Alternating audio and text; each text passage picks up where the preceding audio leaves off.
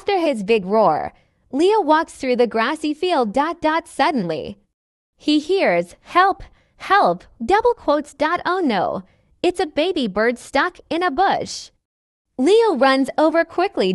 Carefully, he uses his paw to open the bush. Double quotes. "Thank you, Leo," says the little bird. Leo smiles. "I'm a brave little lion who loves to help." Today, Leo didn't just roar. He became a hero.